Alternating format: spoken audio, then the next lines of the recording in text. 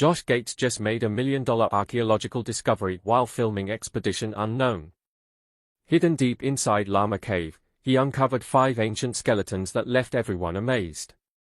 Experts believe these remains might connect to the era of King Pelayo, a legendary ruler from Spain's early history. But could these bones finally unlock the truth behind long-lost tales of his reign? We will find out the actual truth behind this discovery that scientists don't want us to uncover.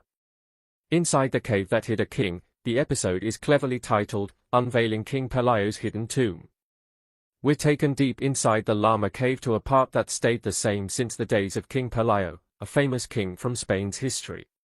Our main goal in this exploration is to dig up proof that backs up the legendary stories about his rule.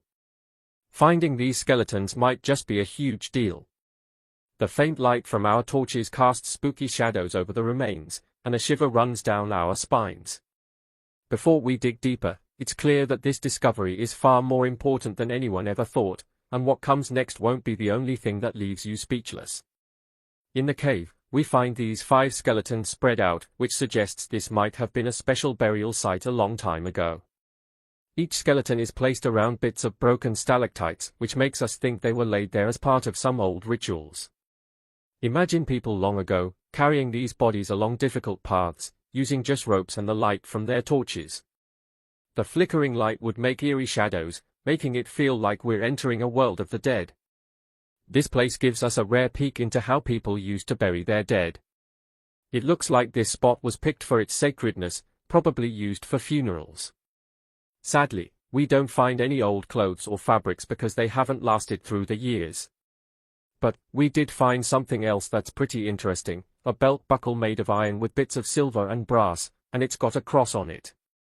This could mean these were Christian burials, though there are also signs of older, pagan traditions. The few graves from King Pelayo's time that we've found tell us a lot. It seems like Christianity was just starting to spread but was still mixed with older pagan ways. This spot offers a unique look into a time when different beliefs and ways of life were side by side. This place has stood for over 1,000 years, which is amazing. But not everything has stayed perfect, the skulls, for example. You might wonder, where are the skulls? Well, they are here. But they've been badly broken, almost turned to dust. And it's not just one, every skull we've found has been smashed in the same way. This kind of damage shows that the people back then were really scared, so scared that they did extreme things to make sure these people couldn't come back. Back in the Middle Ages, many were afraid of the undead coming back to cause trouble. To prevent this, they sometimes buried people face down, put rocks in their mouths, or even drove stakes through their hearts. We don't know who these people were anymore, and the way they were buried just makes us more curious. This finding is important not just because of how they were buried but because it makes us question the ideal images we have of historical figures like King Pelayo and his followers, who are often seen as heroes. Let's keep digging into what these ancient remains can teach us about the past. There's more to this story, though. Even small things we find can teach us about past beliefs and customs. Take, for example, the quartz arrowhead we found here at the sacred mountain in the kingdom of Kush, which was important in ancient Egypt's creation myths. This arrowhead, stuck in a skull, wasn't used for hunting but had a ceremonial role. This shows us there might have been ceremonial and maybe even violent interactions between the Kushites and their neighbors. This discovery doesn't just give us more info on how Kush might have used its sacred status to influence or control Egypt, but it also sheds light on the complex beliefs and practices that shaped the spiritual and physical battles of ancient civilizations. Arrowheads were a big deal for the early Kushite rulers. As the Kushite dynasty rose to power, these arrowheads were often found in their royal tombs, made from a unique reddish-orange stone. The ancient Egyptians called their land Tarseti, which means, land of the bow, highlighting the Kushites' great skill in archery. As we step away from King Pelayo's resting place, the desert of ancient Kush waits for us. The Kushites were so good with the bow and arrow that they were often hired as mercenaries by the Egyptians. Their accuracy, especially in hitting the eyes of their targets, was so renowned that the Arabs called them eye smashers. This archery skill helped them not only in battles but also in taking control of Egypt during the 25th dynasty and keeping power in their homeland afterward. but their skills in battle weren't their only strength. At Jebel Barkal, you can see how they combined spiritual leadership with military power, which helped them keep control for so long. Their skills in both areas allowed them to rule as pharaohs and dominate the region for centuries. Despite their significant history, the tomb of a Kushite king had never been found, until now. Recent discoveries might uncover important artifacts that could change what we know about the Kushite civilization. Picture yourself in a vast, hot desert where a team of eager archaeologists is slowly brushing off layers of sand. They are on the hunt for any sign of ancient people who lived long ago. The sun is blazing, but the team continues their careful search, each sweep of the brush bringing them closer to a possible big find. As they dig, one of the team members hits something small but significant.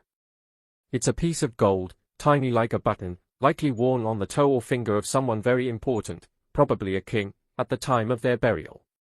This small gold piece lights up the mood among the team, sparking shouts and excitement all around.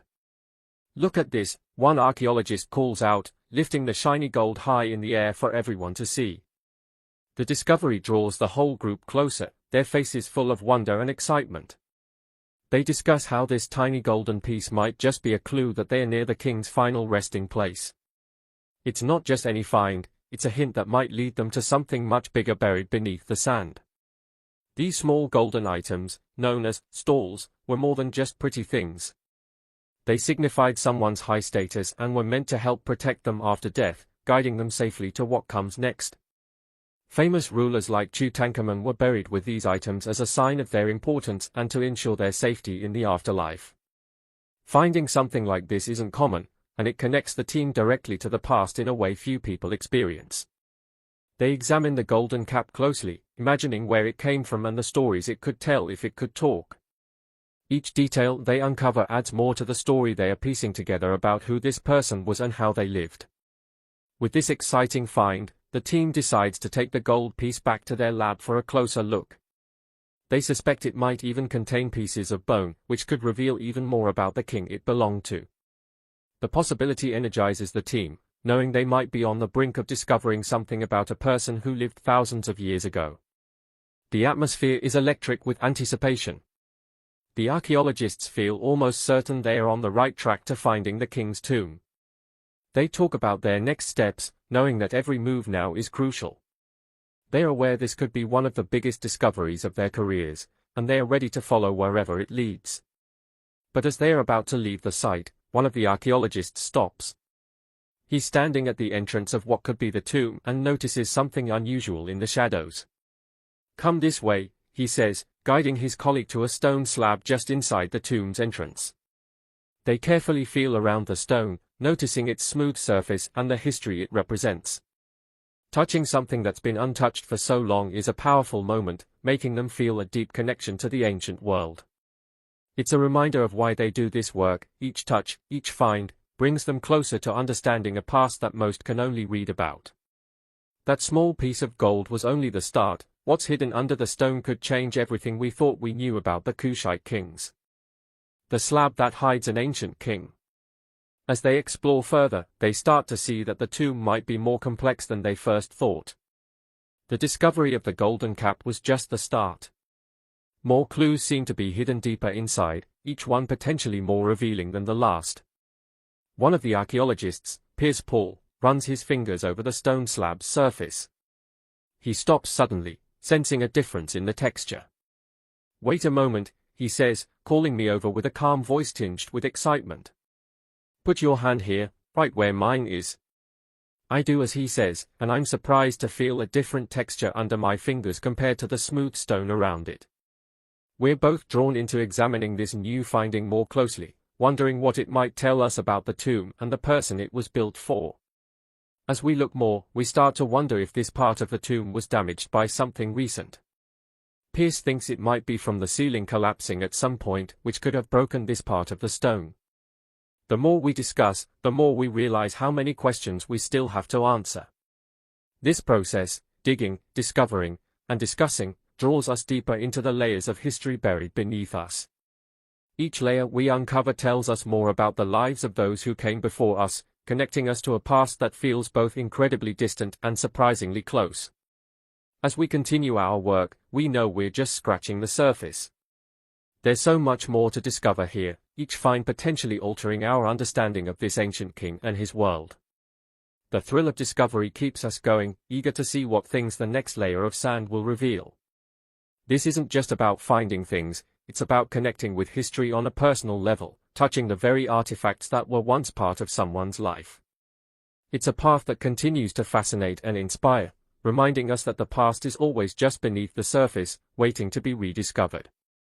Each day brings new possibilities, and every find is a step closer to unraveling the story of a time long gone but never truly forgotten.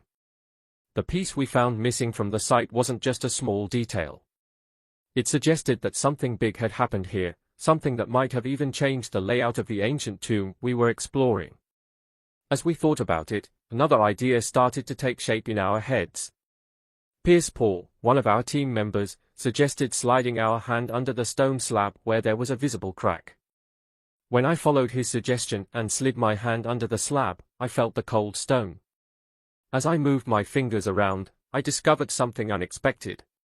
There was a space beneath the slab. This was more than just a simple crack. I realized it was hollow underneath. This discovery filled me with a sense of excitement and awe. Piers Paul realized it too. He said that this wasn't just any floor stone. It was actually the lid of a sarcophagus, a stone coffin. The realization hit us hard. This stone lid had likely been untouched for thousands of years, possibly since the day it was sealed. The idea of what might be underneath was exciting but also came with the realization of the risks involved. The tomb was clearly not in stable condition, and opening it might cause it to collapse, potentially losing whatever was inside forever. Considering the danger, we decided to move to a safer part of the tomb to discuss our next steps. We were still buzzing with the excitement of our find as we tried to figure out what we had uncovered. I explained to the others that this slab was actually the top of a burial container. I was convinced that something significant was hidden underneath, something that had been out of sight for countless generations. Now the big question was what we should do next. The possibilities before us were exciting, each option more intriguing than the last. With every stone we move, the past gets closer, and now, as we get ready to lift the slab, it feels like the biggest discovery is just ahead. The gold that shines through time. However, this was just the start of our exploration. Piers Paul was already thinking about what we needed to do immediately. He suggested we begin removing some of the debris right away, excited by the potential discoveries waiting for us. The idea of digging beneath the stone was thrilling but also daunting. We were on the verge of uncovering things from an ancient civilization that had been lost to time. Our excitement was tempered by the knowledge that we were walking a fine line between discovery and disaster. The tomb was fragile, and any wrong move could cause everything to collapse around us. But the chance to discover what was beneath was too tempting to resist. We knew the risks, but we also knew we couldn't turn back now. The things of the past were almost within our reach. And we were determined to uncover them, no matter the risks involved. Each discovery brought us closer to understanding the ancient stories that had been buried with time. We named this place King Nasterson's Hidden Domain, reflecting the potential connection to a historical figure. What we would find next could change everything, but it was unclear if it would be for better or worse. The only thing we knew for sure was that our exploration had taken a significant U-turn, and there was no turning back. By 10 o'clock and 9 minutes, the excitement among the team was palpable. As we looked into the submerged burial chamber of King Nasterson, we saw something incredible, a broken sarcophagus lid. This might be the first ever look at the remains of a Kush king in his own tomb. Back at our excavation tent, as we sifted through the findings, something shiny caught our eyes, a glimpse of gold among the artifacts. For those of us used to such discoveries, finding gold might not be surprising, but the thought of entering this ancient tomb and seeing gold still shining as it did thousands of years ago was thrilling. This thin gold foil might have once covered everything in the chambers, from pottery offerings to the massive stone slab at the center of the tomb. The entire room might have once been a dazzling display of wealth, now to be carefully catalogued, one tiny piece at a time. Handling these old artifacts with care, the sensation of touching something from so long ago was incredibly powerful. It felt truly remarkable. Tracy, a co-worker who shared my fascination, agreed wholeheartedly. She cradled a piece of pottery that was more than 2,000 years old, which might have once contained offerings intended for King Nastassen's life after death. Imagining this artifact remaining so perfectly preserved and beautiful despite spending millennia shrouded in complete darkness was astonishing. Yet, there was much more awaiting us. We came across another fragment of stone that appeared to be Portland stone, marked with intricate patterns. This find was particularly extraordinary. Driven by a desire to uncover more about the ancient relics lying beneath us, I decided to bring the carved stone up to the surface for a closer examination. This was merely the start of what could lead to even more impressive discoveries. Our next task was to figure out the background of a sandstone statue that looked to be about 1,000 years old and seemed to carry significant historical value. In the vicinity, we found a piece that resembled the Naga serpent, pointing to a possible link to ancient protective spirits. Additionally, other fragments we found submerged in water nearby hinted at a broader area needing exploration. As the dig continued, we came across ancient writings that were covered in grime and needed cleaning to be readable. After being carefully cleaned, a mosaic that had endured for 14 centuries was revealed in extraordinary detail, displaying almost a full text that caught scholars off guard. It explicitly mentioned St. Peter, a crucial figure among the early followers of Christianity. This find, possibly connected to a Byzantine basilica believed to have been constructed where Peter, Andrew, and Philip once lived, offered rare and convincing evidence of notable historical events tied to the Holy Land. Exploring further, we carefully lifted each artifact, brushing away centuries of dust. Each item brought a new wave of excitement and curiosity. As we delved deeper, we discovered more relics, each telling a part of the story of those who once walked these lands. Coins, jewelry, and even personal items like combs and tools were unearthed. These finds painted a vivid picture of daily life thousands of years ago, bridging the gap between past and present. Is Josh Gates' discovery just an ancient find, or could it rewrite what we know about King Pelayo's reign? Tell us what you think, and don't forget to like and subscribe for more.